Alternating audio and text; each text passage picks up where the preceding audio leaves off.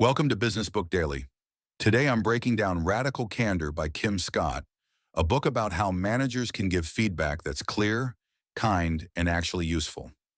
I'll cover the big idea, the practical business lesson, and 3 sharp insights you can use right away. Let's get into it.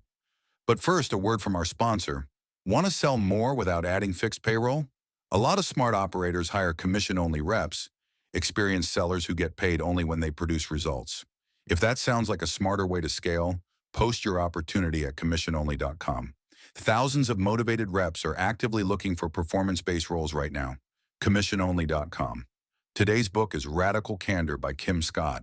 She's a former Google and Apple leader, CEO coach, and author who teaches managers how to give better feedback and build stronger working relationships. The core argument is simple. Great leadership requires 2 things at the same time. You have to care personally and you have to challenge directly. That's what makes this book useful. A lot of managers think they have to choose between being kind and being honest. They either soften the truth so much that nobody knows what needs to change, or they get so blunt that people feel attacked instead of helped. The book's point is that strong managers don't pick one side. They care enough to tell the truth, and they tell the truth in a way people can actually use. The practical lesson is this: good feedback isn't mean, and avoiding feedback isn't nice. That's a big shift. Many leaders avoid hard conversations because they don't want to hurt someone's feelings. But when someone's work needs to improve and nobody tells them, the problem doesn't disappear. It usually gets bigger. The person stays confused. The team gets frustrated. The manager starts resenting the issue they were too uncomfortable to name. That's not kindness. That's delay. At the same time, direct feedback without care can do real damage. If people feel embarrassed, dismissed, or attacked, they may stop listening even when the feedback is technically correct. The best feedback is honest, specific, and grounded in the person's success. One of the biggest ideas in the book is the Radical Candor framework. It has 2 parts: care personally and challenge directly. Caring personally means you treat people like human beings, not just employees or output machines. You know what matters to them. You pay attention. You build trust before problems happen. Challenging directly means you're willing to say what needs to be said. You don't hide the real issue behind vague comments, awkward praise, or silence. When both are present, feedback becomes much easier to hear. Another major idea is ruinous empathy. This is what happens when a manager wants to be nice, so they avoid the truth. It may sound like this: you're doing great, when the person is actually missing deadlines. Or, no worries, when the same mistake keeps happening. Or, it's fine, when it absolutely isn't fine and everyone knows it.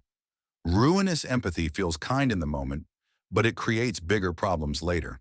People can't fix what they don't understand. And if the issue eventually turns into a bad review, a lost promotion, or a firing, the person may feel blindsided. Then there's obnoxious aggression. This is direct feedback without care. It may be honest, but it lands badly because it feels disrespectful. A manager might say something true, but say it in a way that creates fear, shame, or resentment. The problem with this style is that it can make leaders think they're being strong when they're really damaging trust. People may comply, but they won't feel safe. And when people don't feel safe, they often hide problems until it's too late. The book also warns against manipulative insincerity. That's when a manager neither cares personally nor challenges directly. This can show up as office politics, fake agreement, gossip, vague feedback, or saying one thing to someone's face and another thing behind their back. It destroys trust because people stop believing the words being said in the room.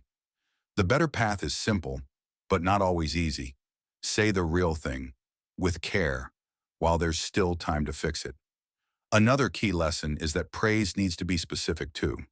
A lot of leaders think feedback only means criticism, but praise is part of the system. The problem is that vague praise doesn't teach much. Great job feels nice for 5 seconds, but it doesn't tell someone what to repeat. Specific praise does. For example, your customer's summary made the decision easier because it showed the risk clearly. That tells the person exactly what worked and why it mattered. The same rule applies to criticism. Don't say you need to communicate better. That's too vague. Say what happened, why it mattered, and what needs to change next time. So how do you apply this? Start by separating kindness from avoidance. If someone's work needs to improve and you don't tell them, you're not protecting them. You're protecting yourself from an uncomfortable conversation. The team still pays the price. Next, build trust before hard feedback is needed. Regular one-on-ones, honest praise, curiosity about people's goals, and follow through on promises all make direct feedback easier to hear later. If the only time a manager gets serious is when something has gone wrong, people will brace themselves for every conversation. But if feedback is normal and trust already exists, it's much easier to stay calm and useful. Then make feedback specific. Focus on the behavior, the impact, and the next step. Don't say you're not being proactive. Say the client didn't get the revised timeline until Friday, which made us look behind. Next time, send the update as soon as the deadline moves. That's clear, it's fair, and it gives the person something they can actually do differently. Give feedback quickly, too. Small corrections are easier than major confrontations. If a manager waits 3 months to mention a problem, the employee may feel blindsided. Quick feedback helps people adjust before the issue becomes a pattern. Ask for criticism before giving it. This matters because feedback shouldn't only flow downward. A manager who asks, "What's one thing I could do better?" shows the team that honesty goes both ways. The hard part is listening without arguing. If leaders punish honesty, people will stop offering it. Use praise as a teaching tool. When someone handles a customer issue well, closes a difficult project, improves a process, or helps a teammate, explain what they did and why it helped. Specific praise builds confidence and helps good behavior spread. Don't confuse direct feedback with public embarrassment. Some praise can be public, but criticism usually belongs in private. The goal is to help the person improve, not perform toughness for the rest of the team. Train managers to spot the feedback traps.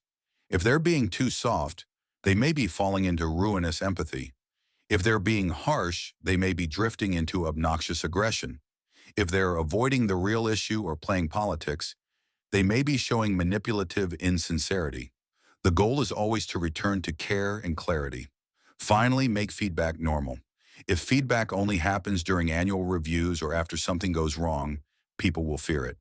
If it happens regularly, clearly, and respectfully, it becomes part of how the team improves. Now, here are 3 insights worth sharing. First, avoiding hard feedback isn't kindness. It's a delay that lets small problems become bigger, more expensive, and harder to fix. Second, the best managers don't choose between being caring and being direct. They care enough to tell the truth and explain it in a way people can use. Third, vague praise feels good for a moment, but specific praise teaches. Tell people exactly what worked, why it mattered, and what they should repeat. Today's closing sponsor is memoirghostwriting.com. Many of the best business books start as ideas leaders have been refining for years. Memoirghostwriting.com works with founders, executives, and industry experts to turn those ideas into polished business books that build authority, attract leads, and open doors. They handle everything from interviews to writing, to editing, to publishing. If there's a book in your head that should already be helping your business, learn more at memoirghostwriting.com. That's it for today. See you next time.